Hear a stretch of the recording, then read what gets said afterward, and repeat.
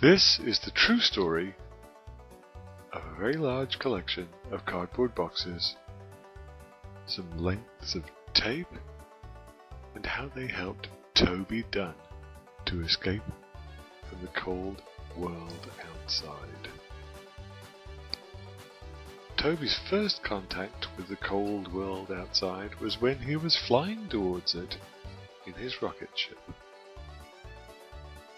It didn't look that cold, it didn't look that terrible, and so he thought he'd give it a try. So off he zoomed into the void. He landed, he looked around, he set up a base camp. He said, "This isn't so bad. I might stay here. I might even live here for part of the time. But now, I think I'm going to set off," and so he blasted off. 12, 11, 10, 9, ignition sequence start.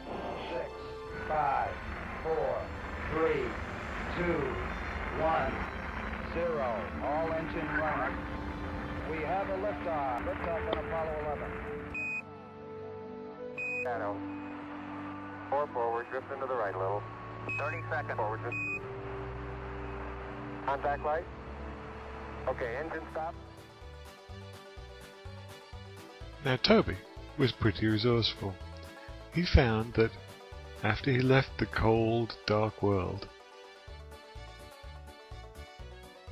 his place started to fall apart. He started to drop, so he rustled up a parachute. But he was still falling, and that wasn't good enough.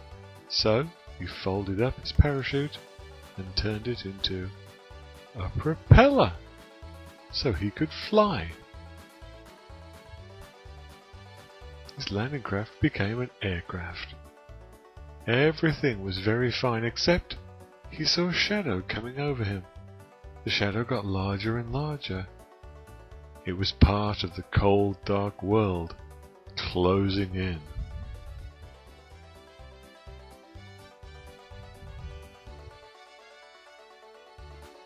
And then it closed in very close.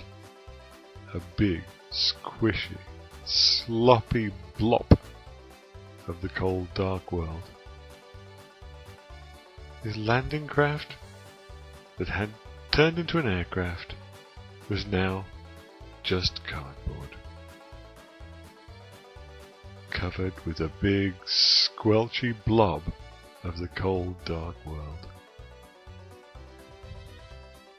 Then he remembered something an old man had once told him. "Duck!" he'd said. "If you see it coming, just duck. And if you can't duck it, you just gotta roll with it," he had said. "And if you finished rolling with it, you gotta grow from it," he'd said. "That's it," said Toby. "I couldn't duck it. I tried. But I can roll with it."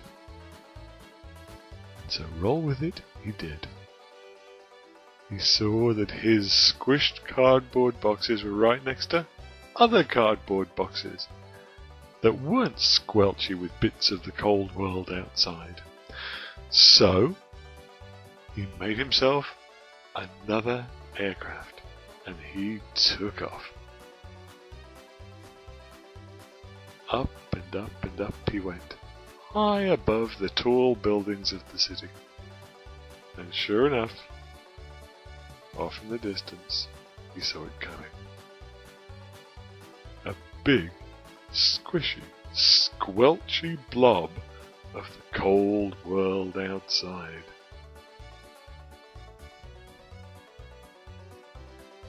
He could duck it. This time, he could duck it. He just knew.